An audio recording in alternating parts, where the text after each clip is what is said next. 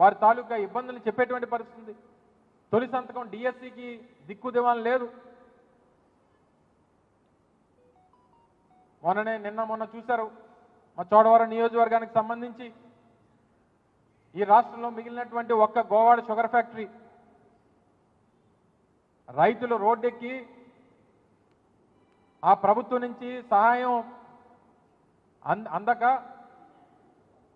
Plant సరిగ్గా నడపలేక ప్రభుత్వం నుంచి అందించాల్సినటువంటి పెట్టుబడి సాయం అందించక రైతులకు ఇవ్వాల్సినటువంటి డబ్బు ఇవ్వక కార్మికులకు ఇవ్వాల్సినటువంటి జీతాలు ఇవ్వక ఏ రకంగా రోడ్డెక్కారో రైతులు మీరందరూ కూడా చూశారు. రైతులు రోడ్డెక్కిపోయారు, యువత రోడ్డెక్కిపోయారు. ఇక చివరికి గ్రామాల్లోకి వెళ్తే మహిళలు కూడా తిరగబడేటువంటి పరిస్థితి ఈరోజు రాష్ట్రంలో కనబడతా ఉంది. ఇవన్నీ కూడా పక్కన పెడితే ఉత్తరాంధ్ర ప్రాంతం అమరావతికి 6,000 కోట్ల రూపాయలు చెప్పారు. మరి వెనుకబడినటువంటి ఉత్తరాంధ్ర పరిస్థితి ఏంటి? వెనుకబడినటువంటి రాయలసీమ పరిస్థితి ఏంటి? మరి ఈ రాష్ట్రంలో ఇంకా ఉత్తరాంధ్రలో ఉన్నటువంటి జిల్లాలు, వెనుకబడినటువంటి రాయలసీమలో ఉన్నటువంటి జిల్లాలు మీకు మీ ఆంధ్రప్రదేశ్ రాష్ట్ర మ్యాప్లో లేవా అని అడుగుతా ఉన్నా ఈ ప్రభుత్వాన్ని. మీకు ఈ రాష్ట్రం అంటే అమరావతి మాత్రమేనా అని అడుగుతా ఉన్నాం. అమరావతి కోసం మీ సంపద సృష్టించుకోవడమేనా అని అడుగుతా ఉన్నాం. మీరు చెప్పినటువంటి సంపద సృష్టి అనేటువంటిది అమరావతిలో మీకోసం చేసుకుంటా ఉన్నారు తప్ప రాష్ట్రంలో ఉన్నటువంటి మిగిలిన ప్రాంతాల సంగతి ఏంటి? ఎన్నికల ముందు విశాఖపట్నం మెట్రో రైలు అన్నారు, ఉత్తరాంధ్ర సుజల స్రవంతి అన్నారు. ఈరోజు తీరా బడ్జెట్లో చూస్తే మేము తీసుకొచ్చినటువంటి పోర్టుల గురించి, మేము కట్టినటువంటి రామాయపట్నం పోర్టు గురించి, మేము కట్టినటువంటి మచిలీపట్నం పోర్టు గురించి, మేము కట్టినటువంటి మూలపేట పోర్టు గురించి, మా హయాంలో మొదలుపెట్టినటువంటి భోగాపురం ఇంటర్నేషనల్ ఎయిర్పోర్ట్ గురించి, మా హయాంలో తీసుకొచ్చినటువంటి ఇండస్ట్రియల్ కారిడార్ల గురించి మీరు గొప్పలు చెప్పుకోవడం ఏంటో ఇవన్నీ కూడా ప్రజలు గమనిస్తూ ఉన్నారు. ప్రజల పక్షాన వైఎస్ఆర్ కాంగ్రెస్ పార్టీ జగన్మోహన్ రెడ్డి గారి నాయకత్వంలో ప్రజల మధ్య ఇప్పటికే అనేక ఉద్యమ కార్యక్రమాలు రూపొందించాం. గతంలో రైతుల పక్షాన పోరాటం చేశాం.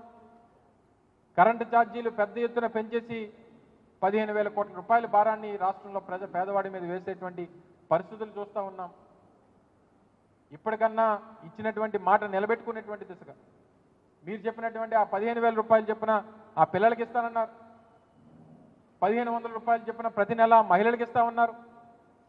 చదువుకున్నటువంటి నిరుద్యోగ యువతకి నెలకు 3,000 రూపాయలు ఇస్తామన్నారు. 5 సంవత్సరాల్లో 20 లక్షల ఉద్యోగాలు అన్నారు. మొదటి సంవత్సరం అయిపోయింది. ఎంతమందికి ఉద్యోగాలు ఇచ్చారు? అంటే 5 సంవత్సరాలు 20 లక్షల మంది కంటే ఒక సంవత్సరానికి 4 లక్షల మంది. ఈ సంవత్సరంలో ఎన్ని లక్షల మందికి ఉద్యోగాలు ఇచ్చారో ప్రభుత్వం సమాధానం చెప్పాలి ప్రజలకి. మండలిలో మా సభ్యులు అడిగితే ఇస్తామని చెప్పాం కానీ మేము చెప్పాం కానీ ఇప్పటికి ఇంక ఇవ్వలేదు అనేటువంటి మాట ముఖ్యమంత్రి గారు కొడుకు చెప్తా ఉన్నాడు. మేము చెప్పాం కానీ ఇస్తామన్నామా అని చెప్పని అడుగుతా ఉన్నాడు.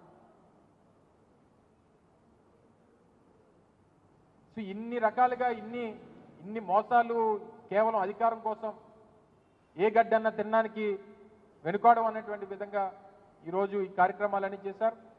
తప్పకుండా వైఎస్ఆర్ కాంగ్రెస్ పార్టీ ప్రజల పక్షాన పోరాటం చేస్తుంది. ప్రజలకు ఇచ్చినటువంటి హామీలు ఏదైతే ఈ కూటమి ప్రభుత్వం ఎన్నికల ముందు చెప్పిందో, ఎన్నికల్లో చెప్పిందో, అధికారంలోకి రావడానికి చెప్పిందో వాటన్నిటి కూడా నిలబెట్టుకునేటువంటి విధంగా వారి మీద ఒత్తిడి తీసుకొచ్చేటువంటి కార్యక్రమం కూడా వైఎస్ఆర్ కాంగ్రెస్ పార్టీ చేస్తుందనేటువంటి విషయాన్ని తెలియజేసుకుంటూ ఎన్నికల ముందు ఒక నినాదం తీసుకొచ్చారు. Hello AP, bye bye YCP అన్నారు. ఇప్పుడు ఏం చేశారు? హలో ఏపీ కూటమి పెట్టింది టోపీ. ఇది మరి ఎవరు చెప్తారో, ఎవరితో చెప్పించుకుంటారో ప్రజలు అనుకున్నటువంటి మాట ఇది. ఆ రోజు జగన్మోహన్ రెడ్డి గారిని ఇస్తున్నటువంటి పథకాలని అన్నిటినీ కూడా విమర్శించి అంతకంటే ఎక్కువ ఇస్తామని చెప్పి, 3 ఇస్తామని చెప్పి మోసం చేసి ఇప్పుడు హలో ఏపీ కూటమి పెట్టింది మనకు టోపీ అనుకునేటువంటి విధంగా ఈరోజు ప్రజలు అనుకునేటువంటి పరిస్థితి తీసుకొచ్చింది ప్రభుత్వం అనేటువంటి విషయాన్ని మరొకసారి సందర్భంగా తెలియజేసుకుంటూ ప్రజలందరికీ కూడా జరుగుతున్నటువంటి మోసాన్ని చేస్తున్నటువంటి ఈ వంచనని గుర్తించాల్సిందిగా మీ ద్వారా ప్రజలందరినీ కూడా కోరుతా ఉన్నాం. Thank you.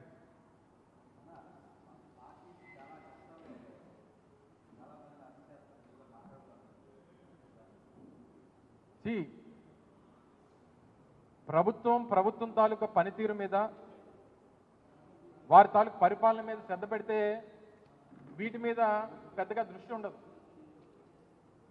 ఇప్పుడు ఎవరిని అరెస్ట్ చేస్తారు? రేపు పొద్దున్న గట్టిగా మాట్లాడితే మాలాంటి వాళ్ళని, లేదా సోషల్ మీడియాలో ఎవరన్నా ప్రశ్నిస్తే ప్రభుత్వాన్ని విమర్శిస్తే వాళ్ళని. ఈ ప్రభుత్వం ఏదైనా వారి వైఫల్యాన్ని ఎత్తి చూపేటువంటి ఎవరినన్నా సరే మేము బెదిరించి మా రెడ్ బుక్ రాజ్యాంగాన్ని అమలు చేసి తప్పుడు కేసులు పెట్టి అరెస్ట్ చేసి వారిని నోళ్లు మూయించేటువంటి ప్రయత్నం చేసేటువంటి దిశగా ఈరోజు ప్రభుత్వం పనితీరు ఉంది. సో ప్రభుత్వం వారి తాలూకా పని మీద శ్రద్ధ లేనప్పుడు, ఇచ్చినటువంటి మాట నిలబెట్టుకునేటువంటి పరిస్థితులు లేనప్పుడే ఇలాంటి పరిస్థితులకి వారు దిగజారుతారు. సరే, వీటన్నిటి కూడా చట్టాలు, మా న్యాయస్థానాలు ఇవన్నీ ఉన్నాయి, వాటిలో పోరాటం చేస్తాం. తప్పకుండా ప్రభుత్వాన్ని మాత్రం నిలదీసేటువంటి విషయంలో ఎప్పటికీ కూడా వైఎస్ఆర్ కాంగ్రెస్ పార్టీ వాళ్ళు ఎంతమంది అరెస్ట్ చేసినా వెనకడిగేసేటువంటి ప్రసక్తే ఉండదు అనేటువంటి విషయాన్ని మరొకసారి ఈ సందర్భంగా తెలియజేస్తా ఉన్నాం. ఓకే, చెప్తున్నా కదా, మళ్ళీ సేమ్ ఇందాక చెప్పినట్టుగా ప్రభుత్వాన్ని, సో వారు ఏదో మాట్లాడారని గత ప్రభుత్వాన్ని గతంలో అధికారం ఉన్నప్పుడు లేదా అధికారం పోయిన తర్వాత తెలుగుదేశం పార్టీని విమర్శించారని చెప్పి ఆయన మీద కేసు పెట్టారు. ఇదే ఇప్పుడు కూటమి నేతలు గతంలో మేము అధికారంలో ఉన్నప్పుడు ఆ రోజు జగన్మోహన్ రెడ్డి గారి మీద కానీ వైఎస్ఆర్ కాంగ్రెస్ పార్టీ నాయకుల మీద కానీ ఏ రకంగా మాట్లాడారో అని ఇవన్నీ మేము పరిగణలో తీసుకుంటే ఇప్పటికీ అక్కడ ఉన్నటువంటి వారు అందరూ కూడా జైల్లో ఉండేవారు. సో ఇవి కాదు, ప్రభుత్వంలో మీరు అధికారం ప్రజలు ఇచ్చిన తర్వాత మీరు శ్రద్ధ పెట్టాల్సింది పరిపాలన మీద, ప్రజలకు ఇచ్చినటువంటి హామీల మీద.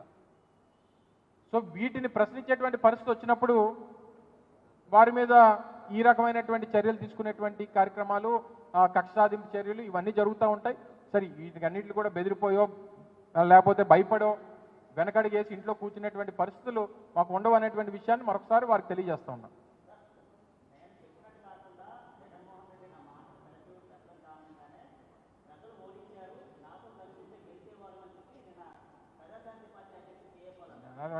ఇక్కడ చిన్న అలాంటి విషయాలు వాటి గురించి ఏం మాట్లాడు, ఓన్లీ ఆ రీల్స్ సోషల్ మీడియా చూసుకున్న వాళ్ళకి సరదాగా ఉంటుంది తప్ప ఇక్కడ గౌరవం ఉండదు. అక్కడ మాట్లాడుకుంటాం.